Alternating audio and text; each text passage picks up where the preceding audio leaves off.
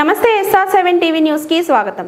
నంద్యాల జిల్లా శ్రీశైలంలో నేటి నుంచి 11 రోజుల పాటు మహాశివరాత్రి బ్రహ్మోత్సవాలు జరగనున్న సందర్భంగా ఏర్పాటు చేసిన భద్రతా చర్యలను Nandyal incharge SP Shri Vikrant Patil IPS గారు పరిశీలించారు।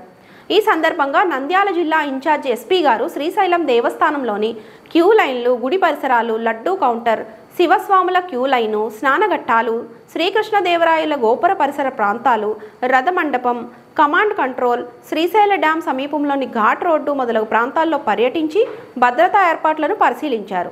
అనంతరం శ్రీ బ్రహ్మరాంబ మల్లికార్జున స్వామి వార్లను దర్శించుకోవడం జరిగింది।